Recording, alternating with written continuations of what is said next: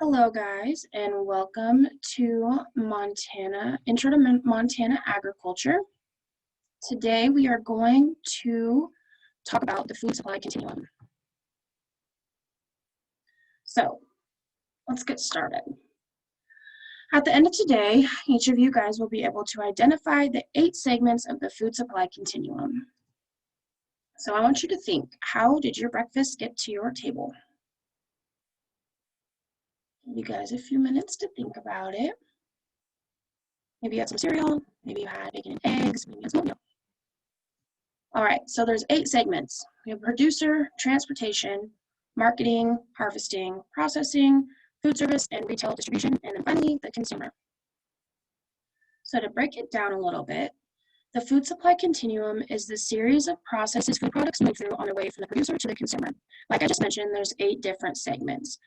We have the producer, transportation, marketing, harvesting, processing, retail, food service, and then the consumer. As the cycle continues, consumers ultimately affect producers by demanding a high-quality product. And it's the responsibility of everyone in the food supply continuum to give the consumer the product that they desire. So I want you guys to define in your own words producer, transportation, marketing, harvesting, processing, food service, retail distribution, and then finally the consumer. So I'll give you guys about 5 minutes to do this.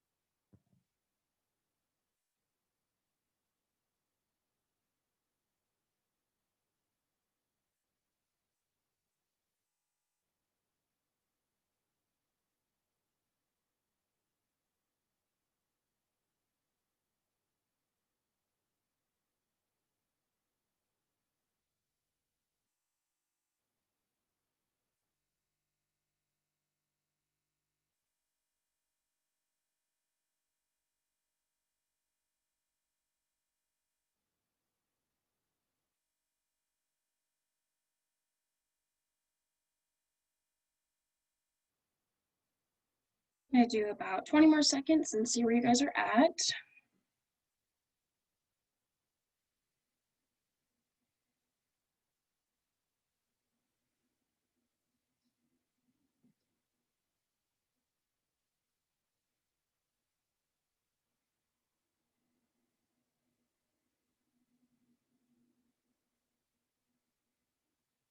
All right, so I think we should be about good by now.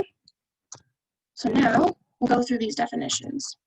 So we have the producer, which is a person, company, or a country that makes, grows, or supplies goods or commodities for sale.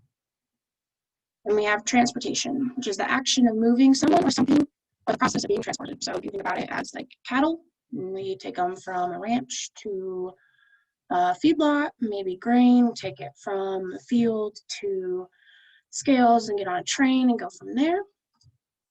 Marketing, which is the action or business of promoting and selling products or services, including marketing research and advertising.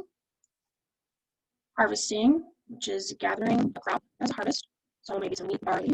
And then catch or kill, which we could like say catch fish, and then maybe butchering cattle or pigs for human consumption or use.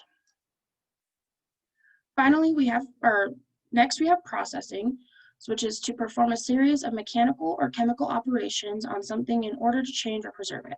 So you can think about this as clothing, or you can think about it in food wise, like maybe canning it, freezing it, or putting retail cuts out.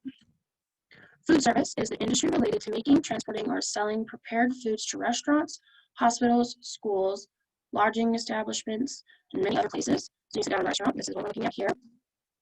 Retail and distribution, so the sale of goods to the public in relatively small quantities for use or consumption rather than for resale. And finally, we have the consumer, like us, a person who purchases goods and services for personal use, a person or thing that eats or uses something. So to wrap this all up, we've learned that there's 8 different segments to the food supply continuum. Each segment is important in the process of getting foods or goods from the producer to the consumer. So now we have a little activity that we're going to do.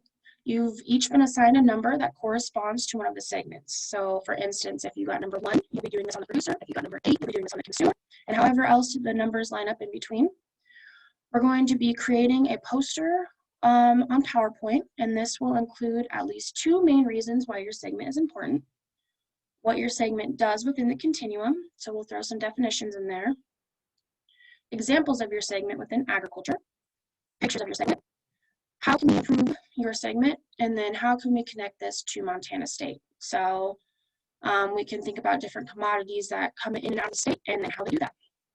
So I'm going to give you guys 25 minutes to work on this poster individually, and then at the end of class we will come together and we will share them out loud.